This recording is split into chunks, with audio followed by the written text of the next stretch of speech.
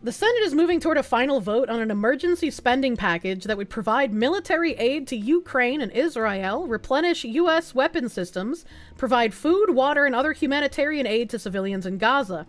The Senate jettisoned from the package a bipartisan effort to boost immigration enforcement at the U.S.-Mexico border after most Republican senators, following the lead of former President Donald Trump, deemed the bipartisan proposal inadequate.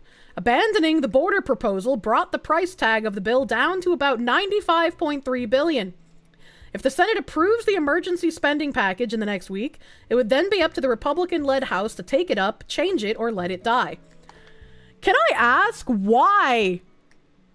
Why do we have an emergency spending package for Ukraine and Israel and then giving stuff to Gaza?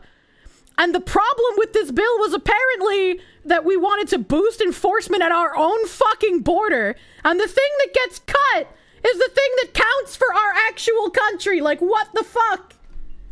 What the actual fuck? That makes me so angry. Here's a look at the spending breakdown. Spending related to Ukraine. About $60 billion in the bill would go to supporting Ukraine as it defends itself from the Russian invasion that began nearly 2 years ago.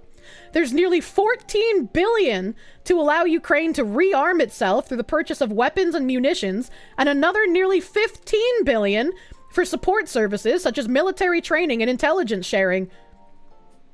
Where are all the people who wanted to whine and bitch about how we were only giving them old military equipment? Where's the $60 billion for Americans? You will live in the pod and support other countries and you'll be happy. The support also includes non-military assistance. About $8 billion would go to help Ukraine's government continue basic operations with a prohibition on money going towards pension. And there's about $1.6 billion to help Ukraine's private sector.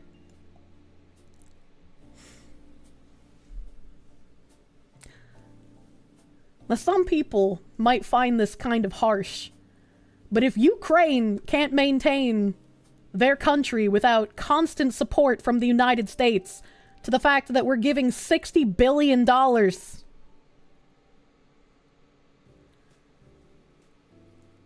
I just like, at what point do we stop propping up other people's countries? Sorry to hear about your pussy. Gee, I wonder who's invested in the private sector. It's not like you drop dollars into a vending machine and the vending machine just magics the weapons out of thin air.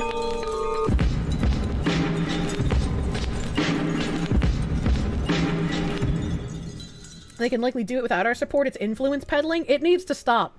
This is absolutely disgusting. And for anyone to be able to read this, if you live in America, if you are an American, if you pay taxes in this fucking country, to read that the problem with this bill was something that actually affects our country, and they threw out the thing that affects our country to then just try to get approved all of the money for other countries, you should be seething. You should be fucking upset. Even if you're someone who wants to help Ukraine, who wants to help Israel, who feels bad about what's happening in Gaza, this should still make you angry. Because they're blatantly telling you, get fucked. We don't care about you, the citizen. You're an ATM machine to keep us funding other countries for influence.